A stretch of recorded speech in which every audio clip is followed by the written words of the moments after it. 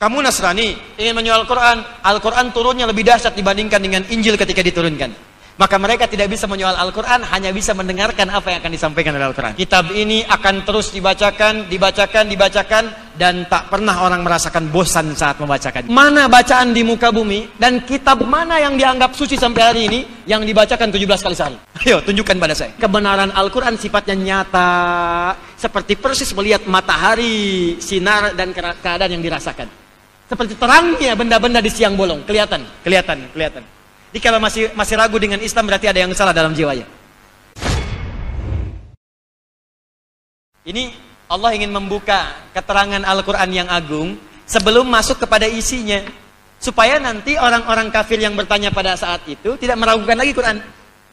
Ya, tidak meragukan Quran lagi, tidak menyoal Quran lagi, dan mereka tidak akan punya kesempatan bertanya, emang Quran ini siapa? Dari mana asal Quran ini? Kamu mau cerita tentang Yusuf? Kamu ingin cerita tentang Yakub? Kamu ingin cerita tentang pahala dan dosa? Emang apa Quran ini? Jadi nggak akan pernah tersisa dari lisan mereka untuk menuduh Al-Quran ketika kemuliaan Al-Quran diangkat pertama kali. Jelas? Sama dengan begini, Bapak Ibu sekalian. Maaf ya. Kalau ada pakar hukum yang paling pakar di bidang hukum, kemudian menulis buku tentang aturan hukum, kira-kira yang orang awam akan mendebat buku itu tidak? Tidak kan? Terus ada orang yang belum tahu siapa sih penulis buku ini, apa keistimewaannya, lalu diterangkan dulu kemudian latar belakang buku itu sebelum kemudian dibacakan isinya. Buku ini ditulis oleh orang ahli hukum, pakar di bidangnya. Ya, dia yang paling unggul, tidak ada yang bisa mendebatnya. Isinya bagus, sempurna tulisannya, ditulis dalam jangka waktu 10 tahun. Begini. Kira-kira kalau sudah mendengar isi kualitasnya, walaupun belum mengerti isinya, belum baca bukunya, apakah kita akan takjub kepadanya? Kagum dan takjub. Maka itulah Al-Quran menjelaskan latar belakang keagungan Al-Quran sebelum menyampaikan kandungan-kandungan isi yang akan disampaikan itu. Supaya nanti nggak ada lagi orang kafir mempersoalkan. Apa ini Al-Quran? Gak penting nih. Ini produk kamu aja Muhammad. Ini begini Muhammad. Allahu Akbar. Karena itulah setelah kalimat ini disampaikan, semua diam. Yahudi tidak menyoal Nabi tentang Al-Quran karena tahu Al-Quran lebih istimewa dibandingkan dengan Taurat. Taurat diberikan langsung kepada Nabi Musa alaihissalam, sedangkan Al-Quran diturunkan dengan 2 tahapan yang sangat istimewa. Nggak ada orang baca Taurat setiap hurufnya 10 pahala, Al-Quran dibaca 10 pahala. Nggak ada orang beribadah bersamaan dengan turunnya Taurat mendapatkan Lailatul Qadar. Al-Quran beribadah di malam itu mendapatkan pahala lebih daripada 1000 bulan. Karena itulah orang Yahudi tidak bisa mendebat Al-Quran, orang Nasrani tidak bisa menyoal Al-Quran. Kalau mereka sudah paham dengan keistimewaan Al-Quran, mereka akan siap mendengarkan isi Al-Quran yang akan disampaikan. Jelas? Nah, jadi kalau sekarang ada orang liberal menyoal Al-Quran, ada yang menganggap Al-Quran produk budaya, ada yang menyebut Al-Quran sudah tidak relevan, itu tandanya lebih bodoh dibandingkan dengan orang jahiliyah. Sebab orang jahiliyah pun sebodoh-bodohnya mengakui Quran itu agung. Coba lihat, pernah nggak mendengar Abu Jahal misalnya bertanya pada Nabi tentang makna alif lam ra? Ya Muhammad, apa itu alif lam ra? Nggak ada. Karena saking tahunya dengan makna alif lam ra, karena dia itu pakar bahasa Arab, ngerti dan agung. Abu Jahal, Abu Lahab, abu-abu yang lain yang jelek-jelek pada masa itu ketika menyoal Al-Quran itu bukan ingin mendebat Quran. Karena tak sanggup melawan Quran, akhirnya mencarilah perbuatan kotor untuk bisa melakukan pembenaran. Karena takut tersaingi saja. Jadi kalau ada abu-abu yang sekarang, yang nggak jelas latar belakangnya, bahasa Arab nggak bisa, Quran nggak hafal, hadis nggak ngerti, tiba-tiba berkomentar tentang Quran, itu aneh. Paham ya? Pasti ada yang salah. Jadi nggak usah didengar Bapak Ibu sekalian. Kalau ada orang sekarang berseberangan dengan Al-Quran, itu tinggalin aja. Jangan merendahkan status keilmuan kita, hanya mengomentari orang seperti itu, buang-buang waktu. Nih contoh. Bapak Ibu kenal Abu Jahal? Kenal. Aduh, astagfirullah. Saya tadi di TSM, ada yang kenal Umar bin Khattab. Masih lumayan lah, di sini Abu Jahal. Tapi masih lumayan mas. Saya di Sukabumi ada yang kenal Fir'aun. Sukabumi hubud dunia. Suka itu hubun, bumi itu dunia. Sukabumi hubud dunia. Ibu bapak, Abu Jahal, Abu Lahab. Ini kisah aja nih. dan yang lain-lainnya zaman jahiliyah, itu sudah punya sistem dalam kehidupan mereka, bahwa orang terhormat itu adalah orang yang menjalani hubungan seksual dengan pernikahan. Menikah. Di orang-orang yang berhubungan zina, ya kan? Orang-orang yang menyewa laki-lakinya buruk, perempuannya buruk berhubungan, itu statusnya rendah di mata mereka. Makanya ketika mereka menawarkan Nabi supaya tidak bermusuhan, tawaran pertama apa? Ya Muhammad sallallahu alaihi wasallam, jika engkau berkehendak meninggalkan ajaranmu itu dan engkau memilih apapun, kami akan berikan. Tawaran pertama, jika engkau berkehendak memilih perempuan paling cantik di masyarakat kita, maka kami akan nikahkan engkau dengan mereka. Nikahkan. Kalimatnya jelas, di semua riwayat nikahkan, bukan bokingkan. Nikahkan. Jadi status menikah itu di kalangan hidup masyarakat jahiliyah itu status terhormat. Tinggi nilainya. Jadi kalau ada orang sekarang bikin disertasi untuk melegalkan hubungan seksual di luar nikah, itu berarti lebih rendah daripada orang jahiliyah. Paham nggak? Di orang jahiliyah saja menganggap hubungan seks di luar nikah itu rendah. Kalau ingin kemudian meningkat martabat, nikah. Ada orang sekarang keluar dari jahiliyah, bikin tulisan kemudian memperbolehkan hubungan seks di luar nikah. Dan nggak apa-apa katanya. Ini menunjukkan pemikiran yang lebih rendah dibandingkan jahiliyah. Jelas sampai sini? Nah, pada yang seperti ini, sudah nggak usah dibahas. Karena kalau orang jahiliyah ketemu mereka pun akan kaget. Abu Jahal tuh akan kaget tuh. Ya, Abu Jahal ketemu, bisa kaget itu. Kaget tuh. Gile, gue aja nggak gitu, katanya kamu bisa gitu. Kalau bisa bahasa Indonesia. Kharban anta. Ana lam aqul hadza fa anta qulta hadza. Abu Jahal tuh. Bahasa Arabnya tadi lah gitu yang tadi. Balik sini. Paham ini? Baik, jadi aspek pertama, Al-Qur'an itu begitu agung karena melalui tahap penurunan yang menghadirkan hadiah-hadiah yang istimewa. Tidak didapati pada kitab-kitab sebelumnya. Di bahasa nabinya beginilah. Kalian mau nyoal apa tentang Quran? Kamu Yahudi, ingin menyoal Quran, Al-Quran turun lebih hebat dibandingkan dengan Taurat. Kamu Nasrani, ingin menyoal Quran, Al-Quran turunnya lebih dahsyat dibandingkan dengan Injil ketika diturunkan. Maka mereka tidak bisa menyoal Al-Quran, hanya bisa mendengarkan apa yang akan disampaikan oleh Al-Quran. Jelas? Teruskan. Qur'anan Arabiyya. Qur'anan, ilmu nahunya halun. Yuk saya nyarap dulu ya. Inna harfu nasbin wa tawkidin tansibul isma wa tarful khabara mabniun ala sukuni la mahalla lahu min al-i'rabi. Minan nahnu ismu inna, isim inna.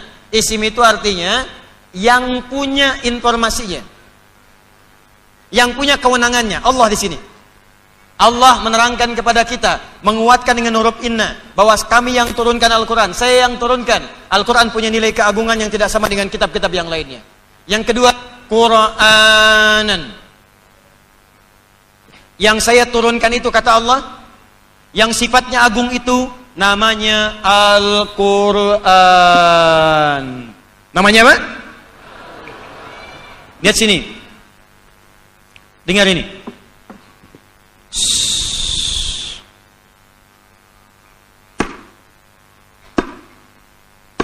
Kedengaran? Ulangi. Kedengaran? Bunyi yang terdengar itu disebut dengan Qur'un namanya. Apa? Qur'un.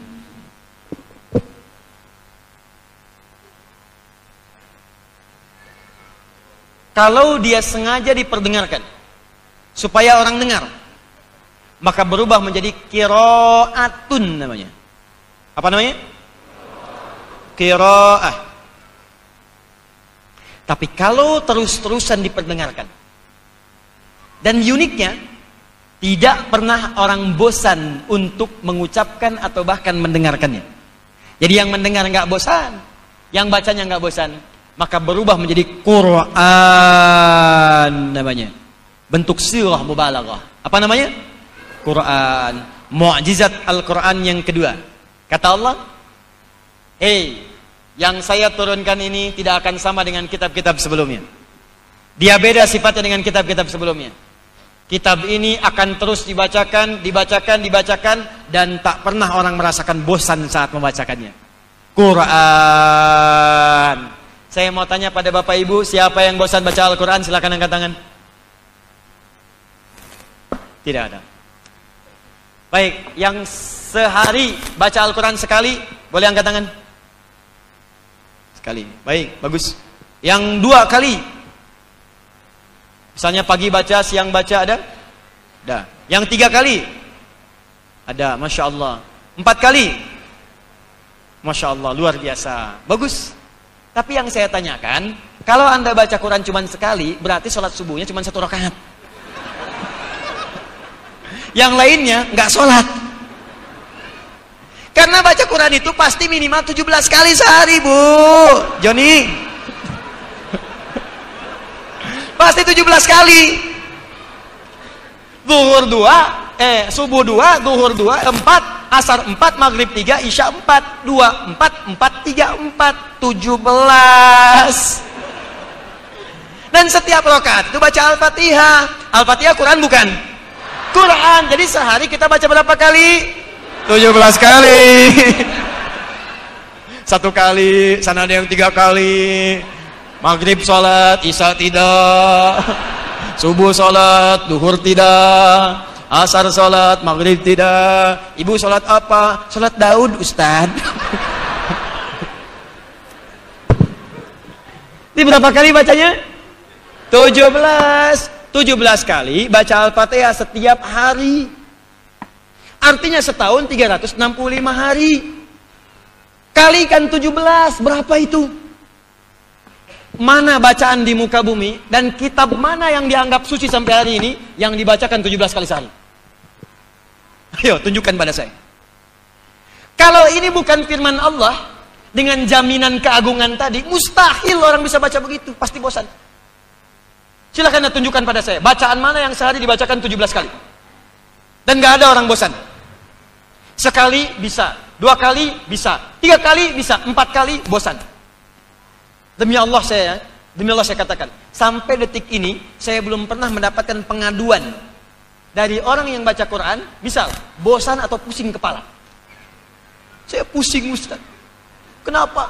Pusing baca Al-Fatihah sehari 17 kali, gak ada. Hari ini baca, besok baca lagi. Besok baca, lusanya baca lagi. Dan Anda bisa kebayang nggak? Artinya kalau orang sudah usia 40 tahun, anggaplah 10 tahunnya masa balik. 30 tahun dia baca Al-Fatihah. 30 tahun itu artinya 365 hari dikali 30 dikali 17. Berapa? Banyak. Ada nggak yang pusing? Tidak. Cuma Al-Quran. Kenapa bisa punya sifat begitu? Inna anzalna. Karena kami yang turunkan itu dengan penuh keagungan. Ini. Qur'anan. Ini. Kami beri sifat dia akan terus dibacakan dan gak pernah bosan. Kalau ini buatan manusia, buatan Nabi Muhammad mustahil akan punya sifat begini. Karena setiap buatan makhluk akan punya sifat yang sama dengan makhluk. Tapi karena yang sampaikan Allah, Al-Quran bukan makhluk, Al-Quran firman Allah, dan Allah yang berikan nama. Kalau Allah yang berikan berarti jaminannya dari Allah. Anda akan temukan satu kitab kata Allah, yang saat dibacakan 17 kali sehari, orang gak akan pernah merasa bosan dengannya. Al-Quran turun dari siapa? Allah. Jadi kalau kita baca Al-Quran, ibadah bukan? Ibadah. Kalau sedang ibadah ada lawannya siapa? Setan. Setan mengganggu setiap hamba untuk ibadah. Makanya satu-satunya kitab yang saat baca diganggu setan, Al-Quran. Silahkan cek. Anda baca Al-Quran, gak akan diganggu setan. 2 jam, 3 jam, enak aja baca. Anda baca Al-Quran, 3 menit ngantuk. Ini Al-Quran.